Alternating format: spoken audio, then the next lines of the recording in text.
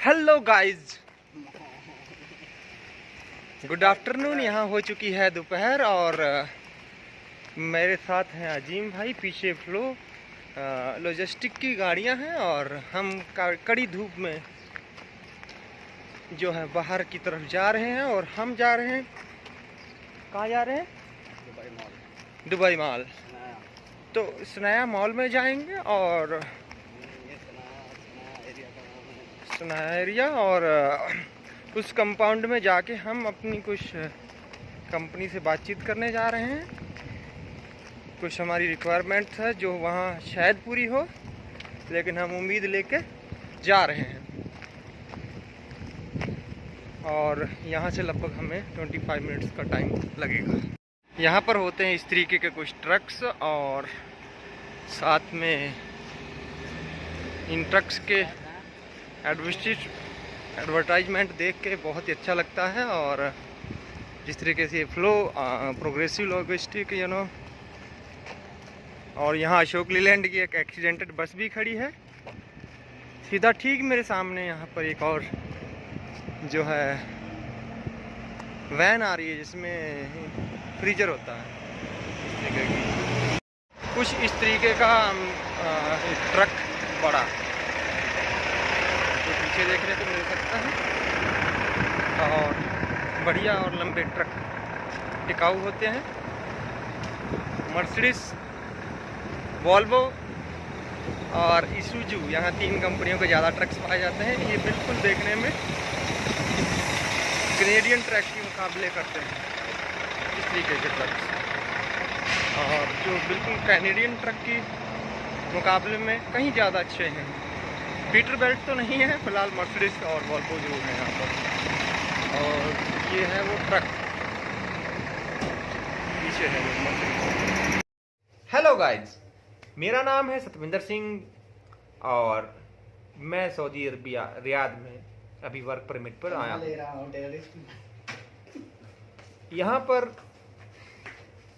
यहाँ तक आने से जाने तक का सारा प्रोसेस मैं आपको समझाऊंगा, जिसमें वीज़ा, एयर टिकट्स और सारी चीज़ें जो हैं वो उसकी सारी डिटेल आपको बताऊंगा। कैसे, कहाँ पर क्या हुआ था और कहाँ कहाँ मेडिकल और क्या क्या प्रोसेस हुए थे। सारे प्रोसेस आपको बकायदा सर्टिफिकेट के साथ दिखाऊंगा।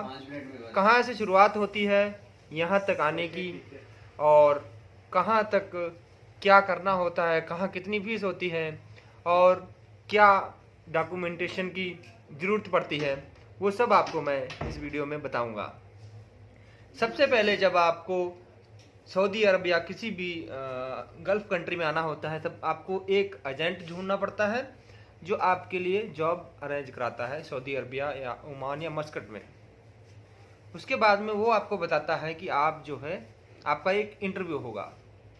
अब इंटरव्यू आपकी A to Z XYZ जो भी कंपनी है उसमें इंटरव्यू करवाया जाता है। और आप अगर सेलेक्ट हो जाते हैं तो आपको सीधा भेज दिया जाता है मेडिकल के लिए।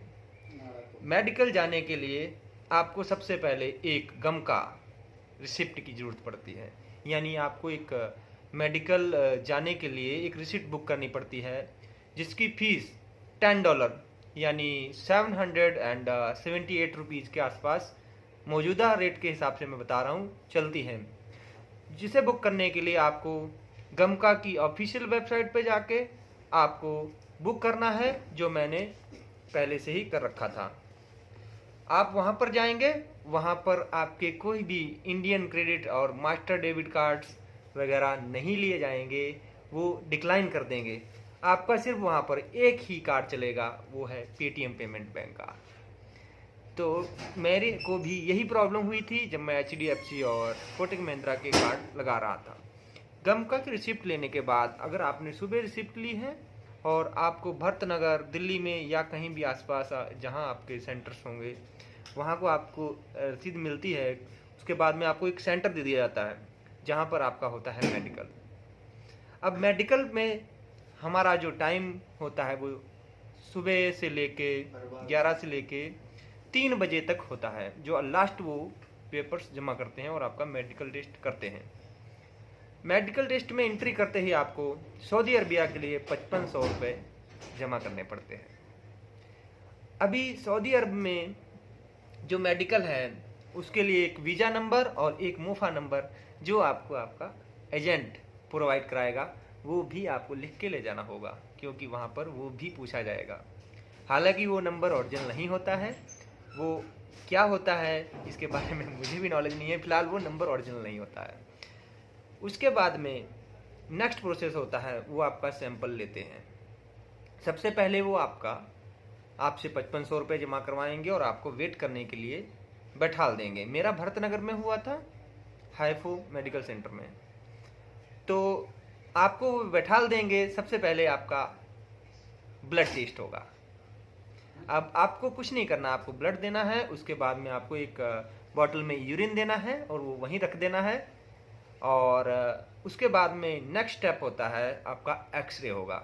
आपने एक्सरे कराया, उसके बाद में इरिस, वो आई कांटेक्ट का एक टेस्ट होता है जिसमें आपको बताया जाएगा कि कैसा क्या है, ठीक है जी। उसके बाद में एक सामने डिस्प्ले लगी होगी, उस पर वो कहेगा रीड कीजिए। वहाँ एक बहुत स्मॉल लेटर में छोटे छोटे अक्षरों में लिखा होगा ABCDEFGH। आपने वो रीड करना है और दूसरे दिन नेक्स्ट डे शाम तक आपको अपना मेडिकल जो है वो गमका के ऑफिशियल वेबसाइट पे चेक करना है। अगर आप वहाँ चेक करते हैं तो वहाँ पर ऑफिशियली लिख के आएगा फिट, लेकिन आपको रिपोर्ट नेक्स्ट डे दी जाएगी, 2 या 3 दिन में मिलती है। वो आपका एजेंट, जो आप वहाँ से रिसिप्ट मिलती है वो अपने एजेंट को दे दीजिए, आपका एजेंट खुद ही रिपोर्ट कलेक्ट कर लेगा। मेडिकल की समस्या आप ऑनलाइन चेक कर सकते हैं गमका की ऑफिशियल वेबसाइट पे, जिसका लिंक मैं डिस्क्रिप्शन में डालूंगा। नेक्स्ट प्रोसेस शुरू होता है यहीं से। एजेंट आपका कहता है कि मैं अब यहाँ पर जो है आपका मोफा अप्लाई करने जा रहा हूँ। अभी मोफा क्या होता है? मोफा एक तरीके का एक ऑफिशियल सऊदी अरबियन गवर्नमेंट का मिनिस्ट्री ऑफ एक्सटर्नल अफेयर जिसे बोल देते हैं, ये फॉरेन अफेयर्स, वो वेबसाइट है। उसमें से एक सर्टिफिकेट टाइप का मिलता है मोफा, वही आपके पासपोर्ट पर नंबर पर भी होता है। अगर मैं आपको दिखा दूं, मेरे वीज़ा नंबर पर यहाँ पर जो है मोफा है, ये देखिए, ये ऐसे स्टार्ट होता है और ये मोफा नंबर है, यानी ये। तो अभी मोफा नंबर वो अप्लाई करेगा। अब आपको मोफा कैसे चेक करना है? सबसे पहले आप देखेंगे आपका जो मोफा है वो मोफा की वेबसाइट से ही चेक हो जाएगा। आपको उस वेबसाइट को इंग्लिश में ट्रांसलेट कर लेना है। उसके लिए आप क्रोम खोलिए, क्रोम में ऑटोमेटिकली अरबी से इंग्लिश कर देता है वो, जो भी आप लैंग्वेज सेलेक्ट करेंगे। उसके बाद में मोफा की ऑफिशियल वेबसाइट में आपका कंपनी का नाम नहीं आएगा जब आपका मोफा अप्लाइड हो जाएगा। सिर्फ मोफा ही बना है, वीज़ा भी नहीं बना है। उसके बाद में आपने क्या करना है, वीज़ा जब आपका प्रिंट होगा, यानी जिसे वीज़ा स्टाम्पिंग कहते हैं, तो आप उस मोफा नंबर को बार बार चेक करते रहिए। उसमें 2 चीज़ों का परिवर्तन जो हो जाएगा, एक आपकी ऑक्यूपेशन, जहाँ पहले ड्राइव लिख के आ रहा था वहाँ ड्राइवर हो सकती है, अगर आप इलेक्ट्रीशियन आ रहा है वहाँ इलेक्ट्रीशियन हो सकती है, करेक्ट हो जाएगा। दूसरा आपकी कंपनी का नाम, यानी जिसने आपको बुलाया है वो आ जाएगा।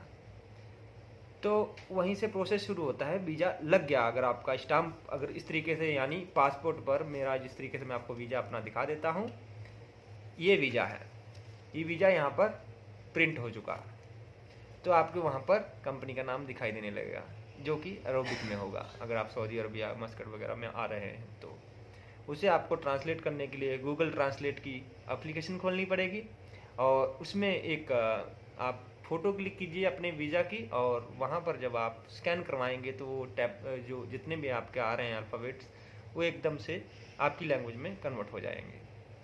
अब वीज़ा लगता है, उसके बाद में सारा का सारा काम आपके एजेंट का ही है। वीज़ा लग गया, अभी आपको दिल्ली, सारे जितने भी वीज़ाज लगते हैं वो मुंबई से लगते हैं, कोई भी वीज़ा दिल्ली से नहीं लगता है फ़िलहाल। और उसके बाद में क्या कहते हैं, आपका वीज़ा हो गया। अब यहाँ से टिकटिंग का प्रोसेस स्टार्ट हो जाता है। अब सारा काम आपके एजेंट का है, आपने कुछ नहीं करना, कहीं पर कोई आपको पैसा नहीं देना है, आपके सारे काम हो चुके हैं, आपने अपने एजेंट को ही पैसे देने हैं। और